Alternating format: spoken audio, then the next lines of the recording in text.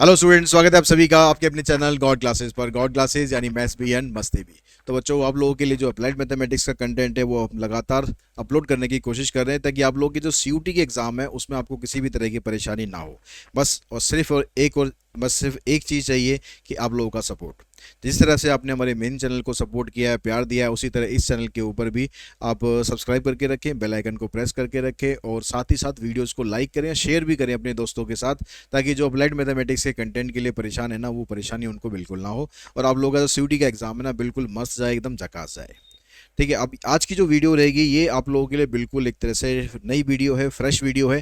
क्योंकि ज़्यादातर कंटेंट अभी तक ऐसा था जो आप लोगों ने ट्वेल्थ में पढ़ा हुआ था। बीच में एक दो चीज़ें आई थी जो आपने थोड़ी नई नई पढ़ी थी, जैसे पार्टनरशिप हो गया, वो आपने नया पढ़ा था। ठीक है, लेकिन ये वाला जो टॉपिक है ये पूरा का पूरा ही बिल्कुल नया है आप लोगों के लिए। एरिया अंडर कर्व यानी एप्लीकेशन ऑफ इंटीग्रल, और इसका क्वेश्चन हर बार हर एक पेपर में आया है। पिछले साल जितने भी पेपर हुए थे सभी के अंदर इसका क्वेश्चन एक दो जरूर क्वेश्चन आए थे। ठीक है, तो अब यहाँ पर आज की जो क्लास होगी उसी के अंदर ही हम ये सारा खत्म करेंगे। बेसिक कंसेप्ट भी पढ़ेंगे, साथ ही साथ हम इसके पीवाई क्यूज भी खत्म कर लेंगे। तो इसी एक वीडियो के अंदर ये पूरा आपका एप्लीकेशन ऑफ इंटीग्रल बहुत अच्छे से फिनिश हो जाएगा। बस आप लोग पूरा वीडियो जरा ध्यान से देखें और पूरी तरह समझने की कोशिश करें। कोई डाउट हो तो कमेंट बॉक्स में कमेंट करें, कोशिश करूंगा कि आपके डाउट्स का मैं आपको आंसर दे सकूं। ठीक है, तो स्टार्ट करते हैं। सबसे पहले जो इसमें एप्लीकेशन ऑफ इंटीग्रल्स में है, वो आपको इक्वेशंस पता होनी चाहिए कि किस इक्वेशन का लाइन या कर्व किस तरह से आपको ड्रॉ करना है। ठीक है, ये चीज़ें आपको क्लियर होनी चाहिए। अब यहाँ पर जब हम लाइन की बात करते हैं तो लाइन में आपके पास तीन तरह की आपके पास सिचुएशन आ सकती है। ठीक है, तीन तरह की सिचुएशन आपके पास आ सकती है। तो वो तीनों सिचुएशन हम यहाँ पर ड्रॉ कर लेते हैं। अब इसके अंदर आपको इस तरह से ग्राफ बनाने रहेंगे।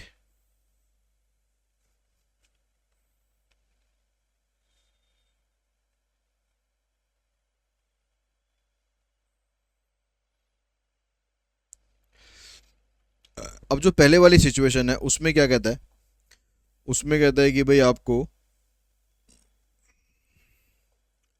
x इक्वल्स टू ए के फॉर्मेट में अगर दिया हुआ है तो जो इसकी लाइन आएगी वो हमेशा वर्टिकल लाइन आएगी। मतलब जैसे इक्वेशन में सिर्फ ऐसा लिखा हो कि भाई x इक्वल्स टू 2, तो इसकी लाइन आपको कैसे ड्रॉ करनी है। आप x की वैल्यू देखेंगे भाई 2 यहाँ पर होती है, तो यहाँ से एक लाइन आप सीधी पास कर देंगे, यहाँ से एक लाइन ऐसे पास कर देंगे x इक्वल्स टू 2 से। ठीक है, थोड़ा इसको सीधा कर लेंगे। मतलब जब बिल्कुल एग्जैक्ट तो हमें ग्राफ बनाने नहीं है, बस ठीक ठाक से हमारे ग्राफ बनने चाहिए, बाकी कोई ऐसी दिक्कत वाली बात है नहीं।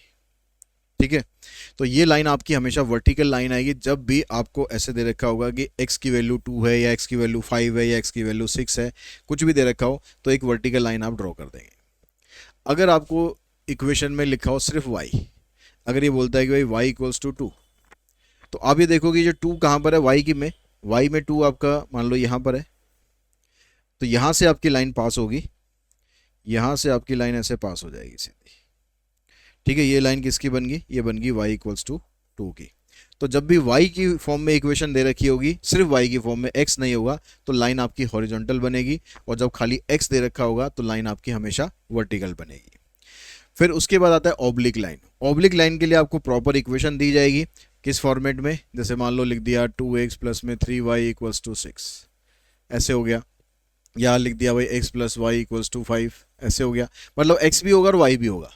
तो ऐसे केसेस के अंदर आपको जो लाइन ड्रॉ करनी होती है, जैसे नॉर्मल तरीका रहता है कि एक बार x की वैल्यू हम पुट करेंगे, एक बार y की वैल्यू पुट करेंगे, और उनसे फिर हम लाइन ड्रॉ करेंगे। तो x की वैल्यू हमने पुट कर ली, मान लो यहाँ पर, मान लो ये इक्वेशन ले लेता हूँ मैं। x की जगह पुट किया हमने 0, तो y की वैल्यू आ जाएगी 2, तो y की वैल्यू 2 इधर आ गई, और y को 0 पुट करेंगे तो x की वैल्यू आ जाएगी 3, ये आपके पास इधर आ गया। अब इन दोनों को ज्वाइन करते हुए आपने एक लाइन ड्रॉ कर दी, ये हमारी लाइन आ गई। तो इस तरह से ऑब्लिक लाइन बनेगी। तो आपको जैसे भी सिचुएशन दे रखी हो उस सिचुएशन के हिसाब से आपको लाइंस ड्रॉ करनी आनी चाहिए कि लाइन हम ऐसे ड्रॉ करते हैं। ठीक है, ये लाइन की बात हुई। उसके बाद आपको दूसरा सिचुएशन होगी पैराबोला, कि आपको पैराबोलास दे रखे होंगे, वो पैराबोला आपको ड्रॉ करने हैं। अब दो तरह के पैराबोला आपको दिए हुए हैं। ये वाला पैराबोला आपके पास है y square equals to 4ax का, Y square equals to 4ax, और ये वाला पूरा पैराबोला है x square equals to 4ay का।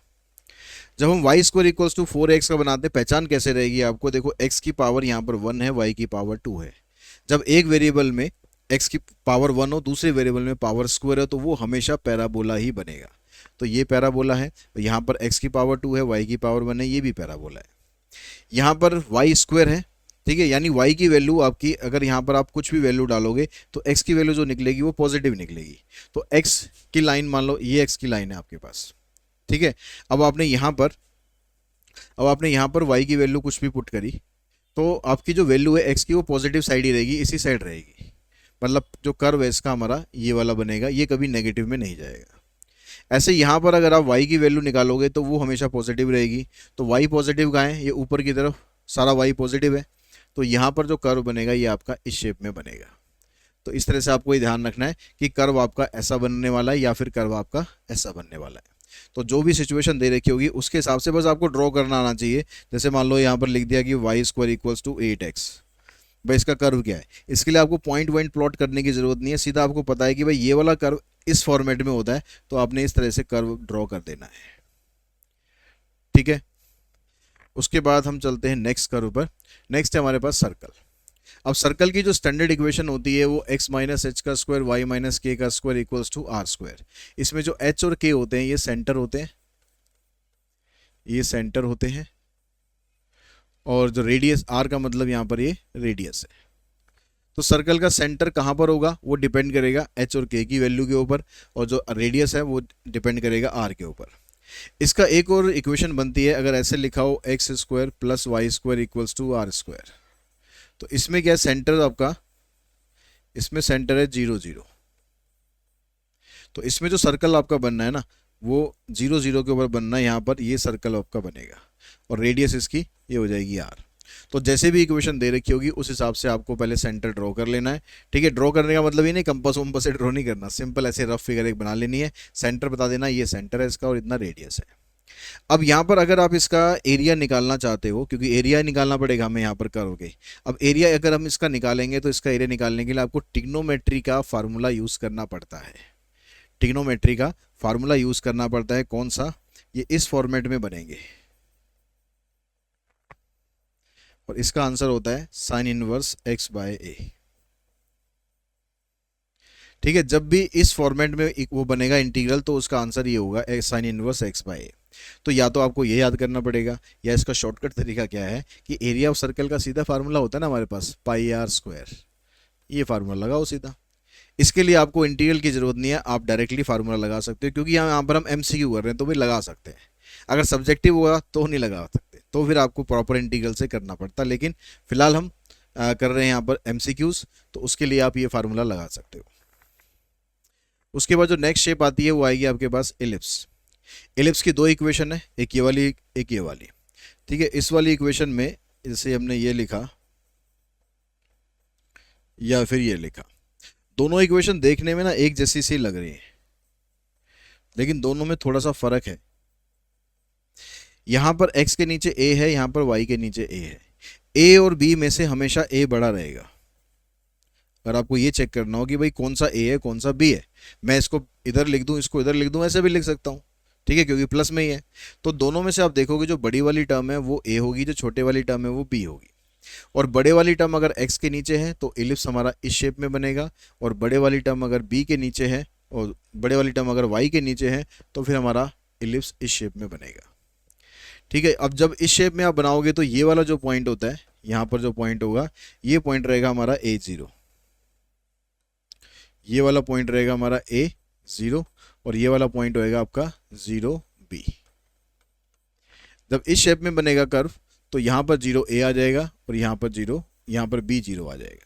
तो ये ए बी की पोजीशन बस पता होनी चाहिए आपको कि वो कहाँ पर होनी चाहिए।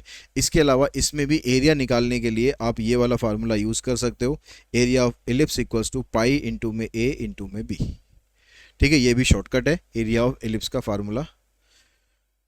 तो ये सारे आपके पास कर्व्स हैं, ठीक है, ये सारे आपके पास कर्व्स हैं। तो ये सारे कर्व्स आपको अच्छे से याद कर लेने कि किस इक्वेशन में कैसे कर्व आपको ड्रॉ करना है। अब इसके जो पी वाई क्यूज़ हैं वो हम डिस्कस करते हैं कि इसके पी वाई क्यूज़ कैसे कैसे आते हैं और कैसे आपको उन क्वेश्चंस को सॉल्व करना चाहिए। तो यहाँ पर देखिए सबसे पहला जो क्वेश्चन है कह रहा था area of the region bounded by the parabola this and this.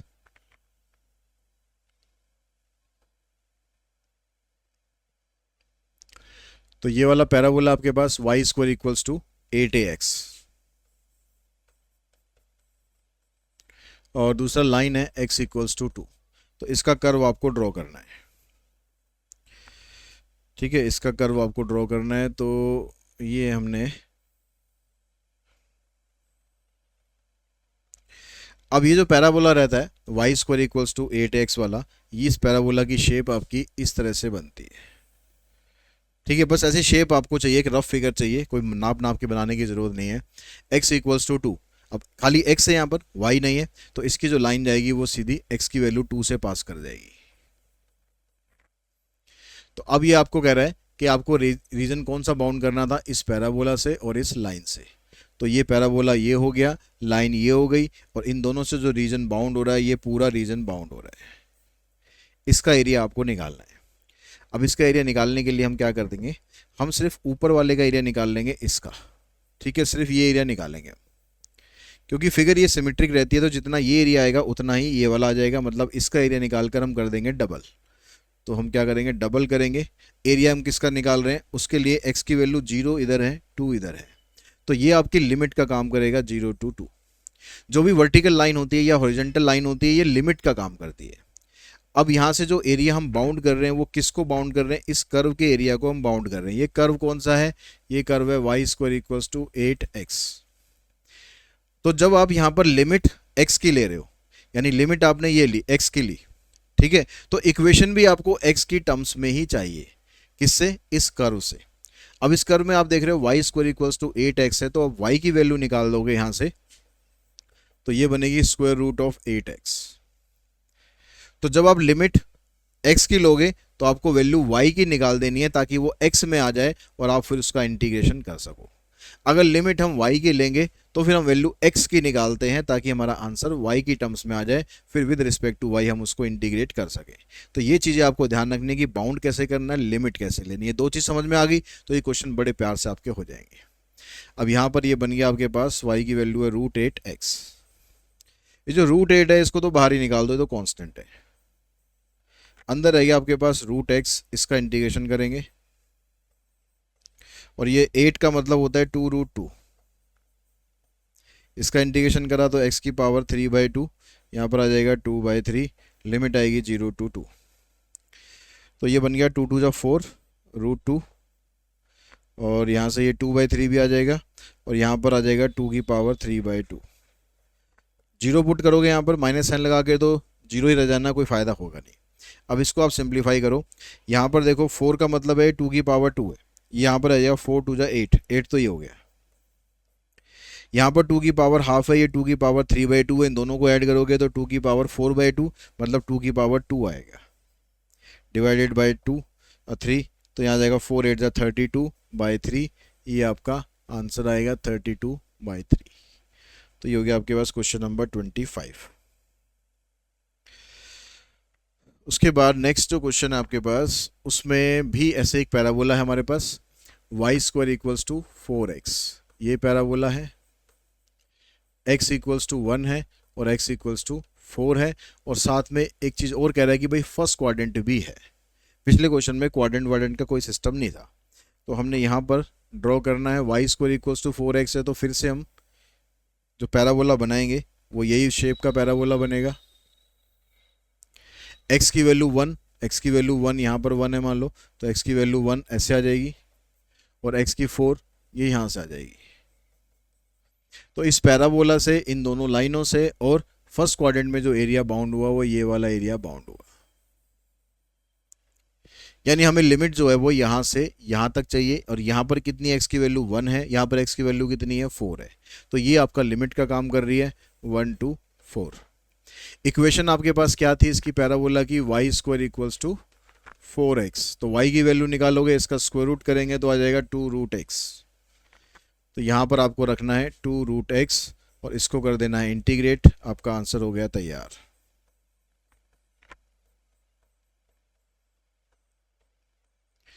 ये 4/3 बाहर कर देना, 4^3/2 -1 की पावर 3/2 तो 1 ही रहेगा। 4^3 होता है 64 और 64 का स्क्वायर रूट हो जाएगा 8, 8 - 1 7 आएगा, 7 4 जा 28/3, आंसर आ जाएगा 28/3 यानी ऑप्शन नंबर ए।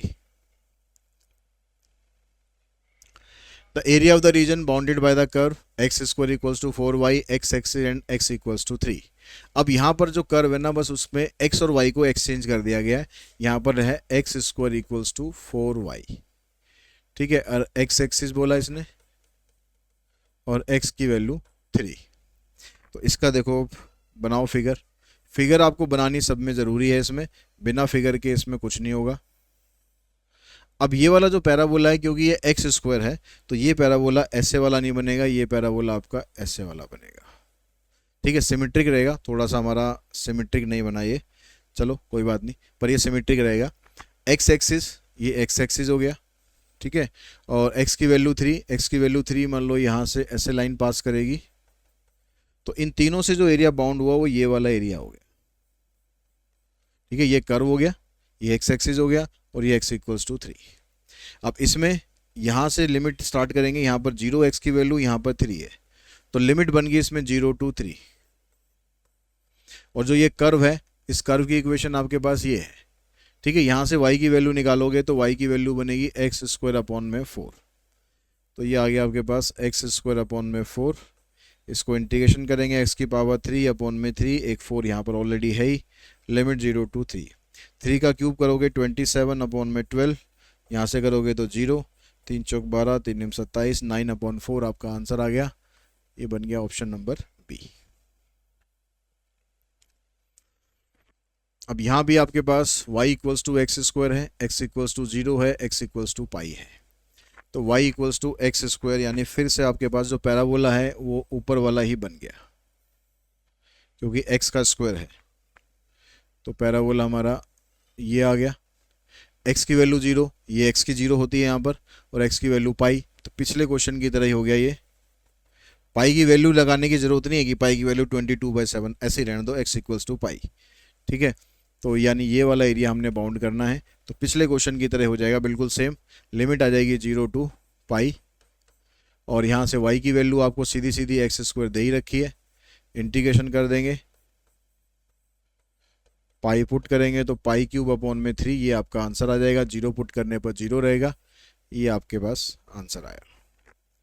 तो इस तरह एक बार जब ढंग से आप समझ गए ना, तो बड़े आसान आसान क्वेश्चन है, बहुत इजीली आप इनको कर सकते हो। अब ये आपके पास बन गया एलिप्स, x² का स्क्वायर, y² 6 का स्क्वायर = 1, ठीक है, ऐसे है। तो इसमें ये आपके पास a है, ये आपके पास b है, तो ये वाली वैल्यू बड़ी है, तो एलिप्स हमारा क्या बनेगा, एलिप्स हमारा क्या बनेगा, हमारा एलिप्स बनेगा ये वाला, ठीक है। इसमें a की वैल्यू यहाँ पर हम लिखते हैं, b की वैल्यू हम यहाँ पर लिखते हैं। अब यहाँ पर area enclose by the ellipse, सीधा एलिप्स का एरिया पूछा है, और एलिप्स के एरिया का फार्मूला ये सब, इसमें तो ये करने की जरूरत भी नहीं है। एलिप्स का एरिया का फार्मूला सीधा हमारे पास था पाई इंटू में a इंटू में b, तो a की वैल्यू 9 है, b की वैल्यू 6 है, आंसर आ जाएगा 54 पाई, आंसर आ जाएगा 54 पाई, ठीक है, इसमें कुछ करने की जरूरत ही नहीं। अब यहाँ पर ये लाइन है, क्योंकि देखो x की पावर भी 1 है, y की पावर भी 1 है, तो ये एक लाइन है, और ये x = 0, y = 1, y = -1, ये सब लाइन्स हैं, किसी में भी पावर जो है वो स्क्वायर में नहीं है। तो अब इसको ड्रॉ करते हैं, पहले इस लाइन को ड्रॉ करो। अगर y की जगह हम 0 रखते हैं तो x की वैल्यू आएगी 3, तो उसको हमने यहाँ ले लिया, और अगर x को 0 करते हैं तो y की वैल्यू आएगी -3/2, -3/2 का मतलब -1.5, तो y की वैल्यू माइनस में आएगी, तो और 1.5 मतलब यहाँ पर हम ले लेते हैं लगभग। तो इसकी जो लाइन आप ड्रॉ करोगे, इसकी लाइन गई ऐसे, ठीक है। अब उसके बाद आपको चाहिए x = 0, ये लाइन होगी x = 0 की, ये x = 0 हो गया, y = 1, अब y की वैल्यू 1, y की वैल्यू 1 ये लाइन चली जाएगी ऐसे, और y की वैल्यू -1, तो -1 यहाँ ऊपर से जाएगी थोड़ी सी, ये y की वैल्यू -1। ठीक है, इस लाइन को थोड़ा सा हम बढ़ा देते हैं इधर, चलो ऐसे सब। तो अब इन तीनों से जो एरिया बाउंड हो रहा है आपका वो क्या हो रहा है, देखो x, ये वाली लाइन होगी आपके पास, ये x equals to 2y plus में 3, ये 0 हो गया, ये y 1 हो गया, ये y -1 हो गया। तो इन चारों से जो लाइन आपकी बाउंड, जो एरिया बाउंड हो रहा है वो ये वाला एरिया बन रहा है हमारा, ये वाला एरिया हमारा बाउंड हो रहा है। ठीक है, इन चारों से जो हो रहा है। अब ये एरिया निकालने के लिए आपको, ये एरिया निकालने के लिए आपको क्या करना पड़ेगा, आपको यहाँ से यहाँ तक ये वाला जो हिस्सा है, अगर मैं इसको यहाँ से ऐसे ज्वाइन कर लूँ तो ये तो बन गया आपके पास एक तरह से एक रेक्टेंगल। आपको इसके लिए ये पॉइंट निकालना पड़ेगा कि ये पॉइंट हमारा क्या आएगा, इसका इंटरसेक्टिंग पॉइंट यहाँ पर क्या बनेगा, क्योंकि जब ये पॉइंट आपको नहीं मिलेगा तो इसके मतलब आपको इसकी लिमिट यहाँ पर नहीं मिलेगी। और सेम ऐसे ही आपको ये वाला पॉइंट भी निकालना पड़ेगा ताकि हमें जो लिमिट है वो पता चल जाए। मतलब ये जो लाइन जा रही है ना आपकी ऑब्लिक वाली, इस लाइन का सॉल्यूशन हम किस किस के साथ करने वाले हैं, इसके साथ भी और इसके साथ भी। अब देखो y की वैल्यू अगर -1 है, अगर y की वैल्यू -1 डालते हैं तो x की वैल्यू आएगी यहाँ पर 1, तो ये पॉइंट बनेगा हमारा 1 और -1। अब यहाँ पर इसको जब सॉल्व करोगे तो y की वैल्यू 1 है, तो यहाँ आएगा 3 और 2 5, ये आ जाएगा x की वैल्यू 5, y की वैल्यू 1। अब हमारा जो एरिया ना दो पार्ट्स में डिवाइड हो चुका है, एक तो हमारा ये एरिया बन गया और एक हमारा ये वाला एरिया बन गया। अब ये दोनों एरिया के लिए आपको ना मैं कहूँगी इंटीग्रेशन करना है, बिल्कुल नहीं करना। क्यों नहीं करना, क्योंकि ये वाला जो हिस्सा है ये रेक्टेंगल बन रहा है और ये वाला हिस्सा ट्राइंगल बन रहा है। तो आप सीधा इसमें जो फार्मूला है रेक्टेंगल और ट्राइंगल का एरिया निकाल के ऐड कर दो। अब ये यहाँ से यहाँ तक हमने x की वैल्यू निकाली थी, कितनी थी 1, तो यानी ये जो साइड है इसकी ये तो है 1, और ये कितनी है, ये देखो ऊपर यहाँ से लेकर यहाँ तक y की वैल्यू 1 थी, तो ये 1 हो गया, और नीचे -1 थी, लेकिन यूनिट जब काउंट करेंगे वो तो 1 ही काउंट करेंगे, तो ये भी +1 काउंट करेंगे, ये भी +1 काउंट करेंगे, 2 ये हो गया, 1 ये हो गया, तो इसका एरिया बन गया लेंथ इंटू ब्रेड्थ, यानी 2 इंटू में 1, ये तो आ गया 2। अब ये जो ट्राइंगल बन रहा है, इस ट्राइंगल का ये हमारा बेस हो गया, ये हमारी हाइट होगी, या इसको बेस ले लो, ये इसको हाइट ले लो, बात एक ही है। तो ये आपके पास कितना हो गया, 2 हो गया, half into base into height लगाएंगे तो ये 2 हो गया। हाइट कितनी होगी, हाइट लेनी यहाँ से यहाँ तक। अब यहाँ से टोटल मिलाकर अगर मैं यहाँ से काउंट करता यहाँ तक तो ये 5 थी, लेकिन उसमें से ये एक हमने हटा दिया, तो बच गया ये वाला हिस्सा आपका 4, तो यहाँ पर ये आ जाएगा 4, ये कैंसिल, ये 4 आ गया, इन दोनों का सम कर दो, आंसर आ गया 6 स्क्वायर यूनिट, क्वेश्चन नंबर 30 का आंसर।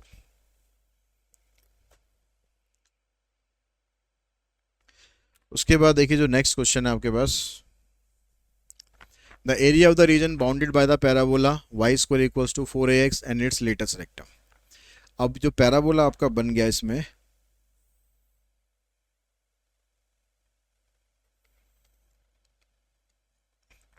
तो ये पैराबोला बन गया। ये जो लेटेस्ट रेक्टम है ये क्या होता है, जहां पर इसका फोकस होता है यहां से एक वर्टिकल लाइन ऐसे पास करती है, इसको हम बोलते हैं लेटेस्ट रेक्टम। ये ड्रॉ करने के लिए आपको ये पता होना चाहिए यहाँ पर जो a आएगा उसकी वैल्यू क्या होगी, और a की वैल्यू हम कैसे निकालते हैं, ये जो इक्वेशन है इसको आप कंपेयर करो उसकी स्टैंडर्ड इक्वेशन से। यहाँ पर तो a लिखा हुआ है, खैर ये 4ax, मान लो यहाँ पर कुछ और होता जैसे 8x होता, तो 8 को हम 4a के बराबर रख देते तो वहाँ से a की वैल्यू हमें मिल जाती, लेकिन यहाँ पर तो ये a ही है। तो इसका एरिया निकालोगे आप, तो इसका ऊपर वाले का एरिया निकालेंगे, उसका डबल कर देंगे, तो 2 इंटू में लिमिट आएगी 0 से a। इक्वेशन हमारे पास ये है, तो यहाँ से y की वैल्यू निकालोगे, 4 का स्क्वायर रूट करेंगे 2, a का आ जाएगा √a और x का आ जाएगा √x। तो ये जो 2 √a ये तो कांस्टेंट है, इसको बाहर निकाल दोगे, ये बनेगा 4 √a, और ये आ जाएगा x की पावर 3/2, यहाँ पर आएगा 2/3, लिमिट आ जाएगी 0 to a, 2 4 जा 8/3 √a, और यहाँ पर डालोगे a की पावर 3/2, 0 पुट करोगे तो 0 हो जाएगा, ए की पावर ये 3/2 है, ए की पावर ये 1/2 है, इन दोनों को सॉल्व करेंगे तो ए की पावर 2 आ जाएगा। तो आंसर बन गया 8/3 a²। 8/3 a², ये हमारा इसका आंसर बना।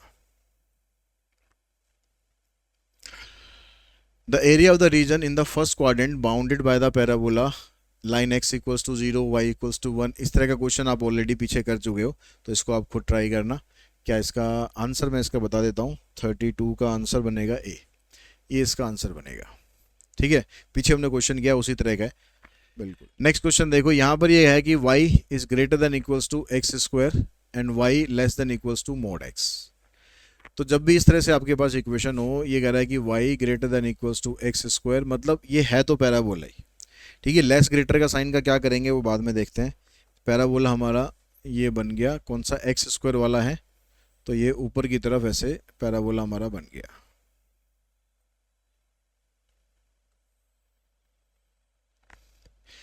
अब दूसरा यहाँ पर आपको लाइन की जो इक्वेशन दे रखी है y less than equals to mod x है, तो इस मोड को जब आप हटाओगे, मोड को हटाने पर क्या बनेगा, y less than equals to x और y less than equals to -x।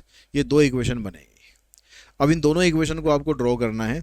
अगर y इक्वल्स टू x लें तो x की वैल्यू अगर 0 है तो y की वैल्यू भी 0 हो गई, मतलब ये पॉइंट हो गया।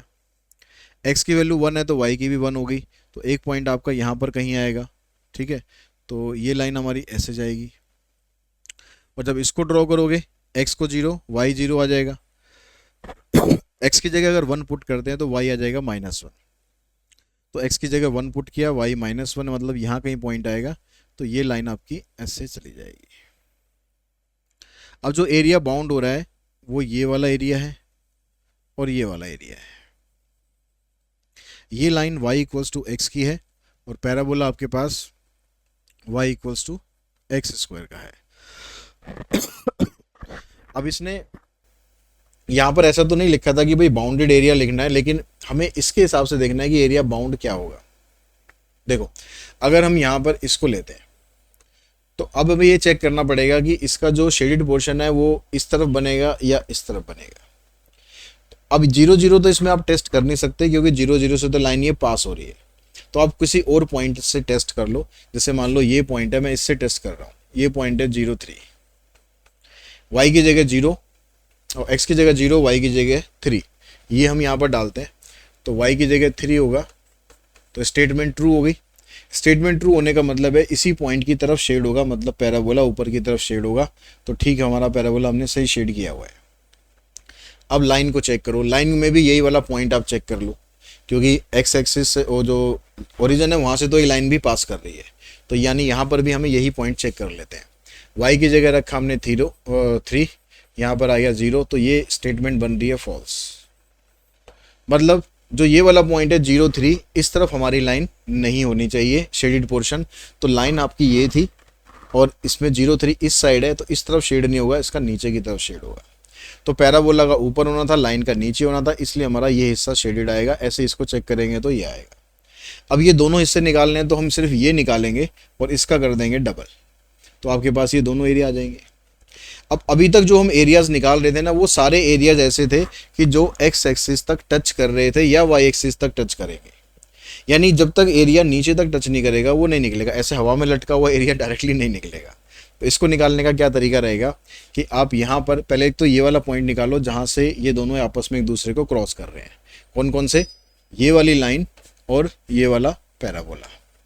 अगर मैं y की वैल्यू यहाँ पर x है, यहाँ पर y की वैल्यू x² है, इन दोनों को मैं बराबर रख दूँ तो यहाँ से कट गया, x की वैल्यू आएगी 1, x की 1, y की 1, मतलब ये वाला पॉइंट आएगा हमारा 1 1। तो यहाँ से हम एक लाइन ड्रॉ करेंगे, ये लिमिट का काम करेगी। ठीक है, ये पॉइंट हो गया 1 0। अब आप इसमें एरिया निकालेंगे किसका? इसको मैं O मार्क कर देता हूँ, इसको A, इसको B। तो पहले आप OAB का एरिया निकालोगे, वो एरिया हमारा ये पूरा एरिया बनेगा, ये ट्राइंगल का एरिया बनेगा पूरा, एरिया ऑफ OAB। इसमें से आपको माइनस करना पड़ेगा ये वाला एरिया, इसको नाम दे देते हैं OCAB।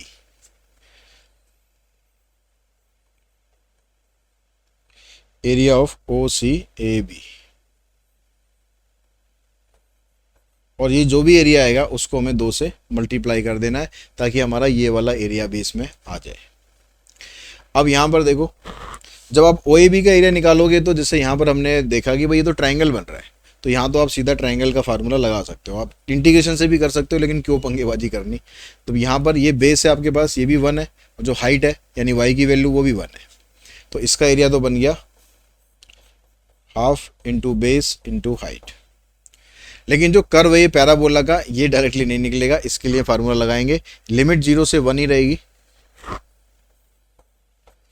और जो आप कर्व कौन सा था, कर्व ये था, इसमें y की वैल्यू सीधी सीधी दे ही रखी है आपको एक्स स्क्वायर, इसका इंटीग्रेशन कर देंगे तो यहाँ से ये आ जाएगा 1/2, ये बन जाएगा x³/3, लिमिट इसकी 0 से 1, तो ये 1/2 माइनस 1/3,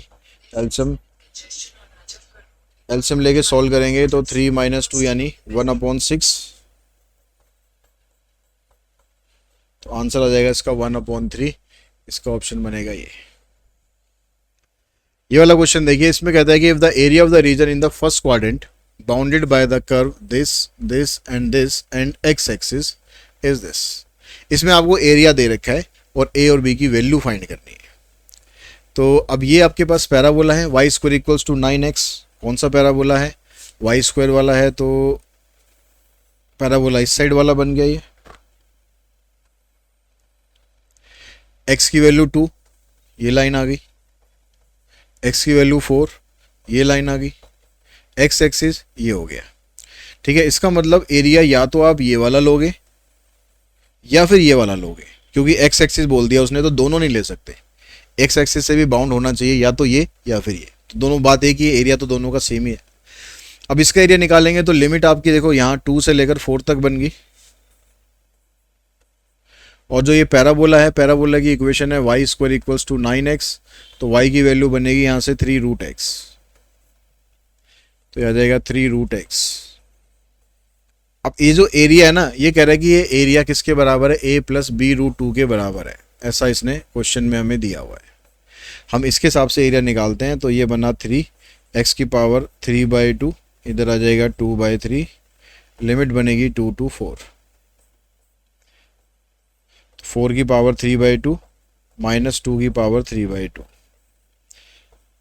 4 की पावर 3/2 का मतलब हो गया 4 का क्यूब करोगे 8 आ जाएगा, और 64 बनेगा, 64 का स्क्वायर रूट करोगे 8 आ जाएगा, माइनस 2 की पावर 3/2 पूरा पूरा सॉल्व नहीं होगा, तो ये बन जाएगा 2√2, इसको इससे मल्टीप्लाई करो, 16 - 4√2। अब ये एरिया हमारा निकला, इसको इससे कंपेयर करो, तो यहाँ पर जो बिना रूट वाली टर्म है वो तो a है, तो a की वैल्यू तो आ जाएगी 16, इसने पूछा है a + b, तो a की वैल्यू तो आ गई 16, b की वैल्यू यहाँ पर देखो, यहाँ √2 को छोड़ दो बस, यहाँ पर -4 है, तो b की वैल्यू बनेगी -4, इन दोनों को ऐड करोगे तो वैल्यू आ जाएगी 12, आंसर आएगा आपका इसमें b। नेक्स्ट क्वेश्चन है, इसमें कहता है the area bounded by the curve this and x axis. अब यहाँ पर ये रूट इसने लगा के दे दिया आपको, y इक्वल्स टू √16 - x², तो भैया ये रूट का क्या काम है, इसका स्क्वायरिंग कर दो, तो आपके पास ये ऐसे बन गया। अब यहाँ x² को इधर लाओ, तो x² + y² इक्वल्स टू 16, ये इक्वेशन बन गई, और ये इक्वेशन होती है सर्कल की, x के साथ y के साथ दोनों का कोफिशिएंट सेम है, अगर कोफिशिएंट डिफरेंट होता तो बन जाता एलिप्स, लेकिन कोफिशिएंट सेम है तो बनेगा सर्कल। अब इसको स्टैंडर्ड फॉर्म अगर आप लिखते हैं तो ये बन जाएगा आपके पास 4 का स्क्वायर, यानी ये रेडियस हो गया 4। अगर ये रेडियस हो गया तो एरिया ऑफ सर्कल इसने पूछा है, तो एरिया ऑफ सर्कल पूछा है यहाँ पर खाली, तो एरिया क्या बन जाएगा πr², आंसर आ जाएगा 16 पाई, ये हमारा आंसर आया। यहाँ पर कहता है area bounded by the curve y equals to x³, ये थोड़ा सा क्वेश्चन डिफरेंट आ गया, ये क्यूब वाला क्वेश्चन आ गया। तो क्यूब वाले क्वेश्चन का आपको ग्राफ कैसे ड्रॉ करना है, ठीक है, क्यूब आ जाए या पावर 5 आ जाए या पावर 7 आ जाए, तो कैसे ड्रॉ करना है, इसका कर्व सीधा आप इस तरीके से ड्रॉ कर देंगे, ठीक है, ये क्यूब का कर्व होता है।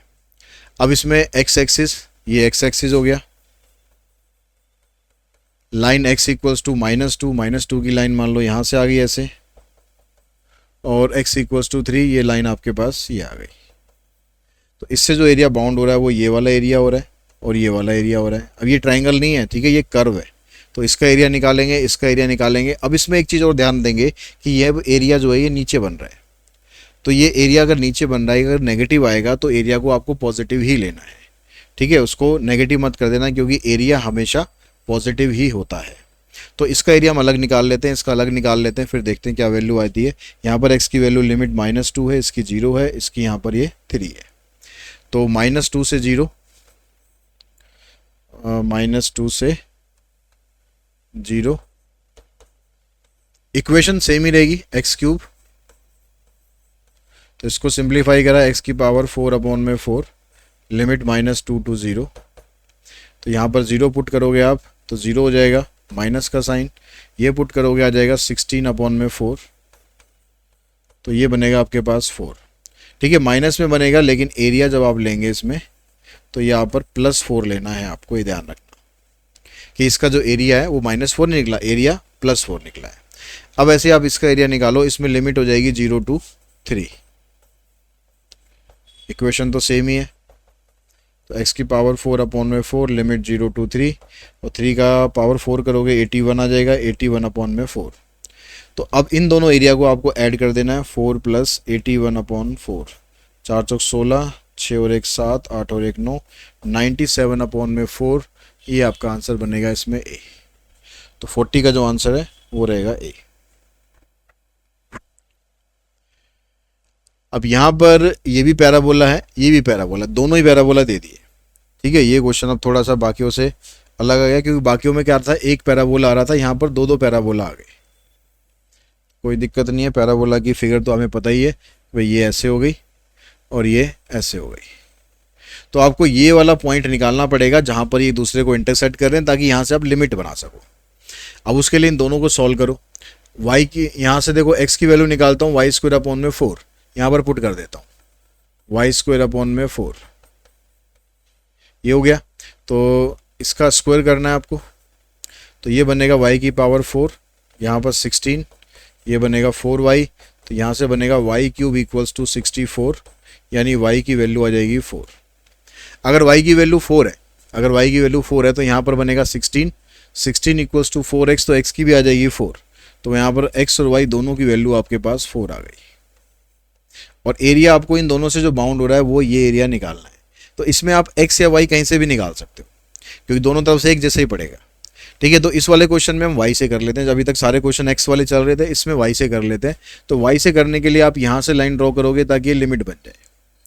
अब आपको ये वाले पैराबोला में से, ये वाले पैराबोला में से ये वाला जो नीचे वाला एरिया ये माइनस करना है, क्योंकि जब आप इस पैराबोला का एरिया निकालोगे y के अकॉर्डिंग, तो ये पूरा एरिया निकलेगा यहाँ से लेकर यहाँ तक, ठीक है, क्योंकि एरिया हमेशा नीचे एक्सिस तक निकलता है।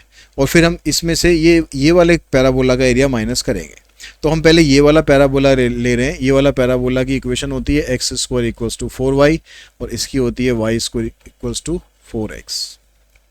तो जब आप ये वाला पैराबोला ले रहे हो, अब लिमिट हम y की ले रहे हैं, तो हमें हर फंक्शन को y में करके लिखना है। तो यानी यहाँ से आप x की वैल्यू निकालोगे तो आ जाएगा 2√y, यह आ जाएगा 2√y। लिमिट क्या रहेगी, 0 से लेकर 4 तक, और विद रिस्पेक्ट टू y। अब इसमें से माइनस करना है आपको, कौन सा, ये वाला पैराबोला, इसकी इक्वेशन ये है। तो यहाँ से x की वैल्यू निकालोगे, आएगा y²/4, लिमिट इसकी भी रहेगी सेम। तो बस इसको इंटीग्रेट कर दो आप,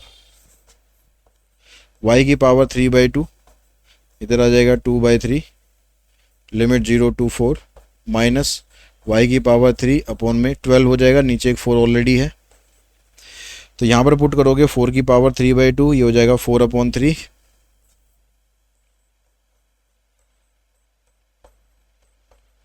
जीरो पुट करने पर तो जीरो रहेगा, छोड़ दो से, माइनस यहाँ पर पुट करेंगे y की पावर 3, यानी 64 हो जाएगा /12, नीचे जीरो आएगा। अब 4 की पावर 3 वही 64, 64 का स्क्वायर रूट 8, 8 4 32, तो 32/3 माइनस 64 इसको भी काट लो 4 से, ये हो जाएगा 16/3,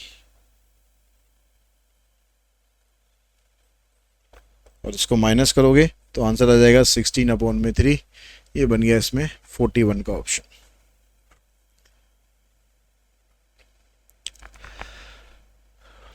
अब ये इसका एक लास्ट क्वेश्चन और लेते हैं इसमें। यहाँ पर कहता है कि x square plus Y square less than equals to 1 less than equals to x plus y. यहाँ पर दो इक्वेशन आपको इकट्ठी मर्ज करके दे दी, तो आप इनको अलग अलग कर लो। तो पहले हम इसको अलग करते हैं, x square plus Y square less than equals to 1, और फिर इस 1 को इसके साथ लिख दो एक बार, 1 less than equals to x plus y. या इसको रिवर्स करके लिखेंगे तो ऐसे लिखा जाएगा x plus y greater than equals to 1। तो ये दो इक्वेशन बनी। अब ये तो बन गया आपके पास सर्कल, ठीक है, इसकी जो ड्रॉ करोगे ये तो बन गया आपके पास सर्कल, और सर्कल का जो सेंटर है वो भी बन गया 0 0, क्योंकि सीधा एक्स स्क्वायर वाई स्क्वायर है, तो ये सर्कल आपका ऐसे बन गया। ठीक है, अब यहाँ पर x की वैल्यू 0 लेंगे तो y 1 आएगा, y की 0 करेंगे तो x 1 आएगा, यानी एक पॉइंट तो आपके पास 1 1 आ गया। x को 0 किया, y की वैल्यू 1, तो यहाँ पर ये 1 ही है, और ये रेडियस इसका 1 है, तो इस दोनों पॉइंट को आपस में ज्वाइन करके ये लाइन हमारे पास ये आ गई। अब यहाँ पर वैसे तो बाउंड इधर वाला पार्ट भी हो रहा है, इधर वाला पार्ट भी हो रहा है। अब यहाँ पर जो ग्रेटर देन और लेस देन के साइन है उनसे चेक करो कि कौन सा आपको लेना चाहिए। तो इसमें पुट कर देता हूँ मैं 0 0, तो 0 लेस देन इक्वल्स टू 1।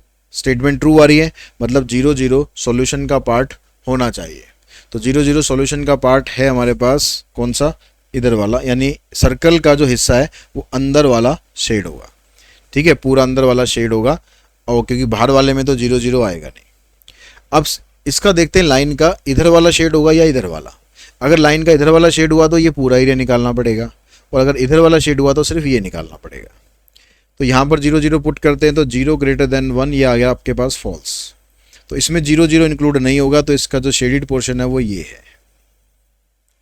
अब इसमें आपको इंटीग्रेशन की देखो ज़रूरत नहीं है, आपको एरिया ये निकालना है। तो इसके लिए हम क्या करेंगे, ये वाला एरिया निकालेंगे और इसमें से ये वाला एरिया माइनस कर देंगे।